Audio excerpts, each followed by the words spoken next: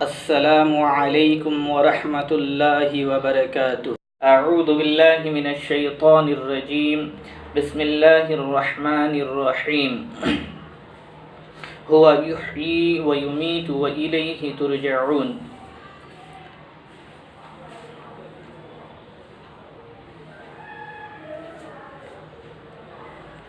آج مسلمانوں کے بہت بڑا طبقہ اللہ تبارک و تعالی پر کیسے ایمان لائے نہیں جانتا ہے۔ اس لیے اس موضوع پر میں کچھ باتیں کرنا مناسب سمجھا کہ ہم اور آپ تمام مسلمان اللہ سبحانہ و تعالی پر کس طریقے سے صحیح طریقے سے مکمل طور پر ایمان لے آئیں۔ جب ہم اللہ سبحانہ و تعالی پر ایمان لانے کی بات کرتے ہیں، اگر ہم اپنا ایمان اللہ سبحانہ و تعالی پر مکمل اور صحیح طریقے پر لانے کی بات کرتے ہیں تو ہمیں 3 چیزوں پر ایمان رکھنا پڑے گا اور ان کے متقاضات اور ان کے تقاضات کے اعتبار سے ہمیں عمل کرنا پڑے گا۔ وہ 3 چیزیں کیا ہیں جسے علماء عقیدہ نے توحید کے نام سے جانا ہے، اور توحید کو 3 قسموں میں منقسم قرار دیا ہے۔ توحید کی پہلی قسم توحید الربوبیہ۔ توحید الربوبیہ کا مطلب یہ ہوتا ہے کہ اللہ سبحانہ و تعالی کو ایک جاننا اس کے تمام افعال میں۔ اللہ سبحانہ و تعالی کا فرمان ہے، اللہ خالق کل شیء وہو علی کل شیء وکیل۔ سورۃ الزمر آیت نمبر 62۔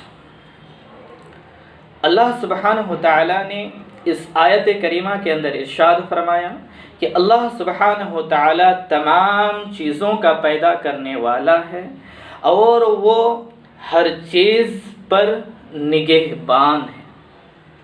اس آیت کریمہ سے صاف معلوم ہوتا ہے کہ تمام چیزوں کا خالق حقیقی اللہ سبحانہ و تعالی ہے۔ اللہ سبحانہ و تعالی نے زمین و آسمان کو پیدا کیا، جن و انسان کو پیدا کیا، اسی طرح اللہ تعالی نے اپنی تمام مخلوقات کو بغیر کسی شراکت کے پیدا کیا۔ دوسری آیت اللہ سبحانہ و تعالی کا ارشاد ہے، هو یحیی و یمیت و الیہ ترجعون۔ اللہ سبحانہ و تعالی ہی زندگی دیتا ہے، موت دیتا ہے اور اسی کے طرف تم لوٹائے جاؤ گے۔ اس آیت کریمہ میں اللہ سبحانہ و تعالی نے 2 چیزوں کا اعلان کیا ہے کہ وہ صرف اور صرف اللہ سبحانہ و تعالی کی طرف سے آتی ہے، وہ ہے زندگی اور موت۔ اس کی مثال یہ سمجھیے کہ اگر کوئی شخص اللہ سبحانہ و تعالی کے علاوہ زندگی دے سکتا تو شاید جب سے دنیا کا وجود ہوا ہے کوئی شخص نہیں مرتا، بلکہ وہ زندگی خرید لیتا اس شخص سے جو زندگی دیتا، اور وہ کبھی مرتا نہیں۔ خاص کر انسانیت کے مالدار طبقہ کبھی بھی وہ مرتا نہیں، کبھی بھی وہ نیست نابود نہیں ہوتا، اور وہ زندگی خرید کر اپنی زندگی کو ابدی اور لازمی لازوال زندگی بنا لیتا۔ ہٹلر جو ہمارے اور آپ کے سامنے ایک ظالم کی تصویر ہے، وہ کبھی نہیں مرتا، اس کے 100 زندگی خرید لیتا اور لوگوں پر ظلم کرتے رہتا، کبھی وہ مرتا نہیں۔ اسی طرح اللہ سبحانہ و تعالی انسان کو صرف اور صرف وہی پیدا کرتا ہے، یعنی اللہ سبحانہ و تعالی۔ اس کی مثال ایک آپ یہ سمجھیے کہ انسانوں میں سے جو بانجھ ہے وہ دنیا کے سارے ڈاکٹرز کے پاس چلے جاتے ہیں، دنیا کے سارے حکماء کے پاس چلے جاتے ہیں، تب بھی اس کو اولاد نصیب نہیں ہوتی۔ کیوں؟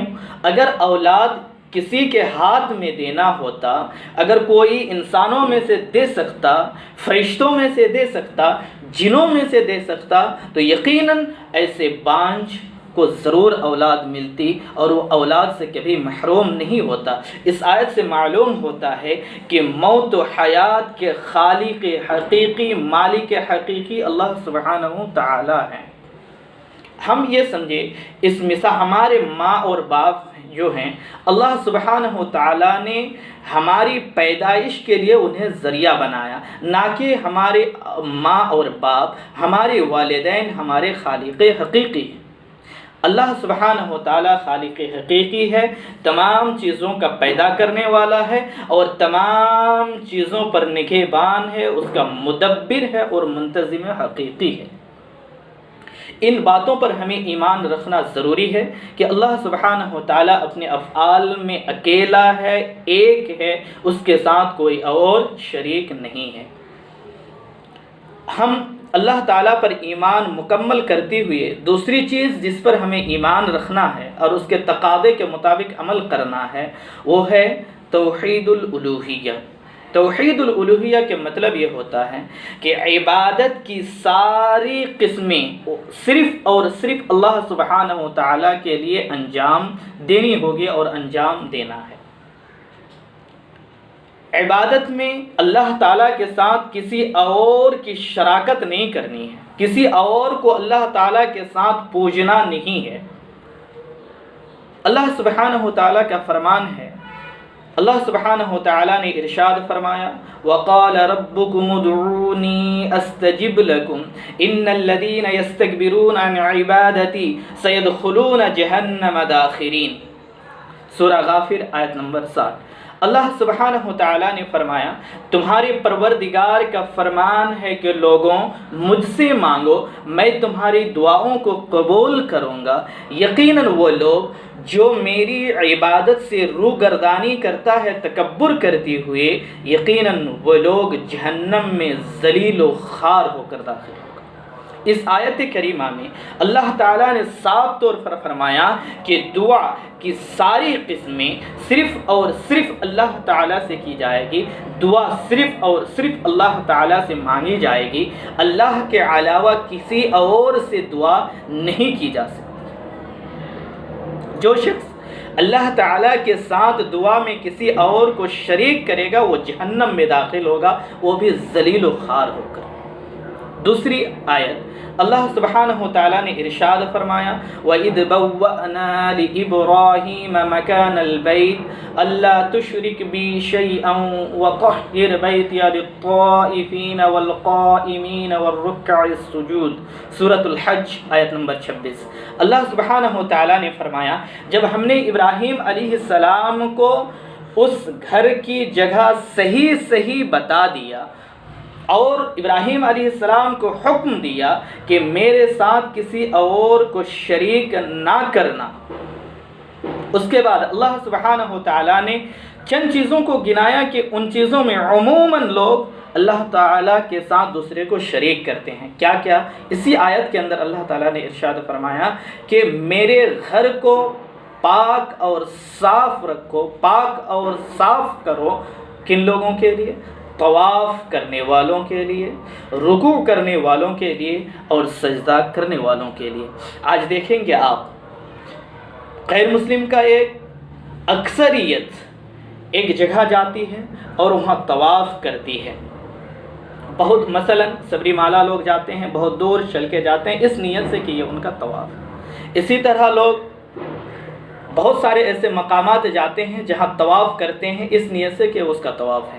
بدھزم سارناتھ آتے ہیں بدھسٹ لوگ اور وہاں آ کے ایک جگہ طواف کرتے ہیں۔ تو یہ دیکھیے اللہ سبحانہ کے تعالیٰ کے ساتھ کسی اور کو شریک کرنا طواف میں پایا جاتا ہے، جس کے اللہ سبحانہ تعالیٰ نے قوی طریقے سے توہین کی ہے۔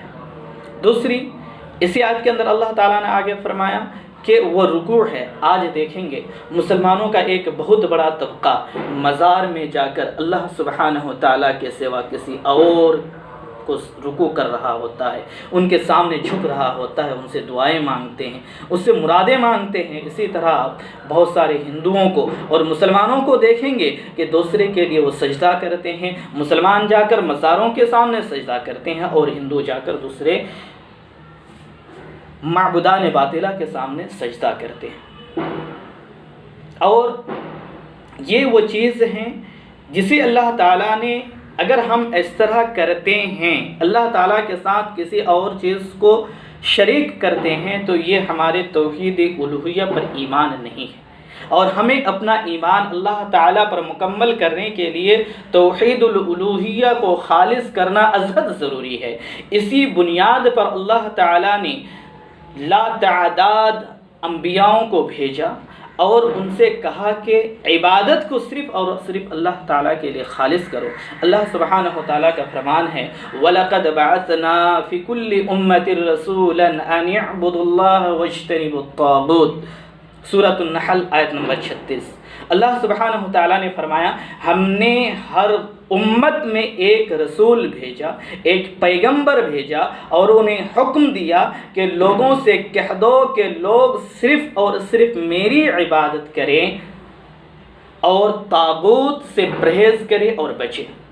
ابن عباس رضی اللہ تعالیٰ عنہ وغیرہ نے طاغوت کا مفہوم بیان کرتے ہوئے فرمایا کہ طاغوت ہر وہ چیز ہے جو اللہ تعالیٰ کے علاوہ پوجی جاتی ہے، تو یہ طاغوت ہے۔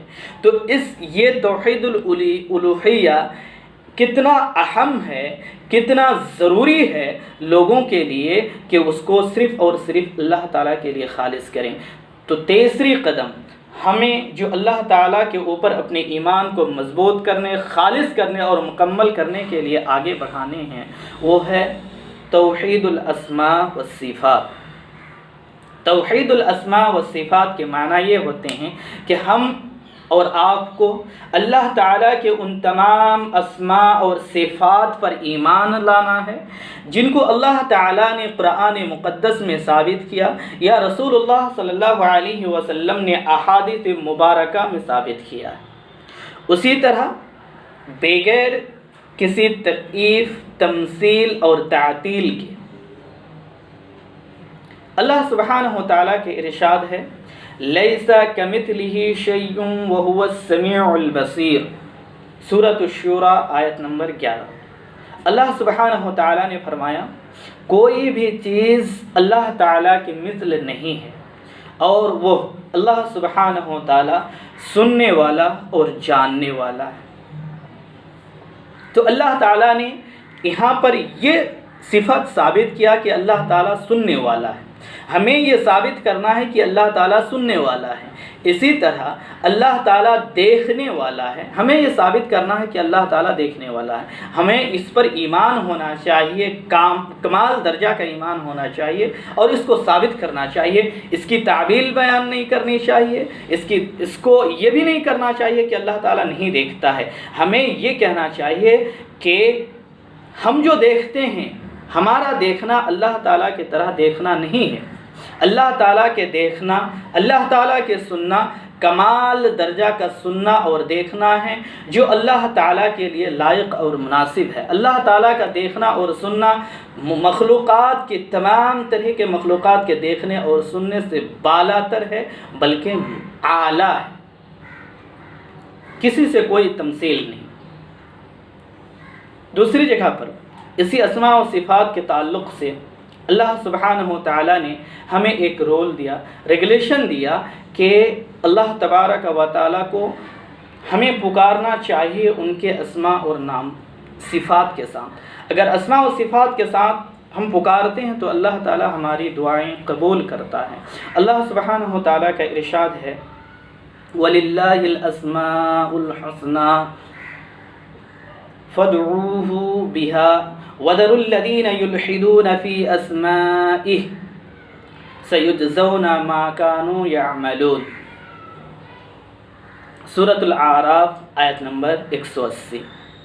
اس آیت کریمہ میں اللہ تعالیٰ نے فرمایا کہ اللہ تعالیٰ کے اچھے نام ہیں، تم لوگ اللہ سبحانہ و تعالیٰ کو ان اچھے ناموں کے ذریعے پکارو اور ان لوگوں کو چھوڑ دو جو اللہ سبحانہ و تعالیٰ کے ناموں میں الحاد کرتے ہیں، ان کے ناموں کو بتاتے ہوئے حد سے گزر جاتے ہیں، یا ان کو بتاتے ہوئے کما حقہ نہیں بتاتے ہیں، ان پر کما حقہ ایمان نہیں لاتے ہیں، خواہ اس کی تکییف بیان کرتے ہیں، تمثیل بیان کرتے ہیں یا تعطیل کرتے ہیں، ان لوگوں کے لیے اللہ تعالیٰ نے وارننگ دیتے ہوئے، ان کو تعذیب سناتے ہوئے فرمایا یقیناً ان لوگوں کو ان چیزوں کا صحیح طریقے سے بدلہ دیا جائے گا جن کو وہ انجام دے رہے ہیں۔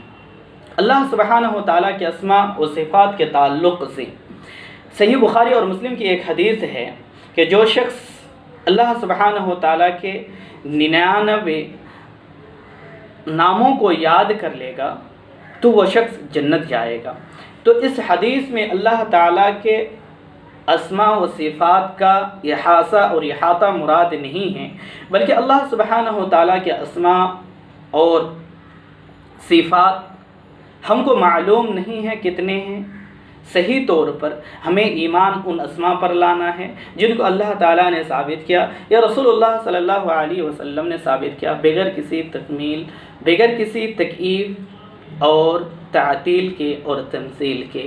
تو ہم اور آپ اگر اللہ سبحانہ و تعالیٰ پر ایمان مکمل کرنا چاہتے ہیں تو ہمارے لیے ضروری ہے کہ ہم صرف اور صرف آمنت باللہ یعنی لا الہ الا اللہ محمد الرسول اللہ کہنے سے تو ہم ایمان لے آتے ہیں، لیکن ان کے آگے کے قدم ہمارے لیے یہ ہونا چاہیے کہ ہم اللہ تعالیٰ پر صحیح طریقے پر ایمان لائیں اور ان کے تقاضات پر عمل کریں۔ تو صحیح طریقے پر اللہ تعالیٰ پر ایمان لانے کا مطلب یہی ہے کہ آپ توحید کے تینوں اقسام پر صحیح طریقے سے ایمان رکھیں اور ان کے تقاضے کے مطابق عمل کریں۔ اللہ تعالیٰ سے دعا گو ہوں رب العالمین ہم تمام مسلمانوں کو تجھ پر صحیح طریقے سے ایمان لانے کی توفیق عطا فرما۔ پروردگار ان کے تقاضات کے مطابق عمل کرنے کی توفیق عطا فرما۔ آمین تقبل یا رب العالمین۔ آخر میں دوستوں سے گزارش ہے کہ میرے اس چینل کو سبسکرائب، لائک کریں اور شیئر کریں اور بیل آئیکن پر کلک کریں تاکہ نیکسٹ ویڈیو آپ تک صحیح سمے تک پہنچ سکے۔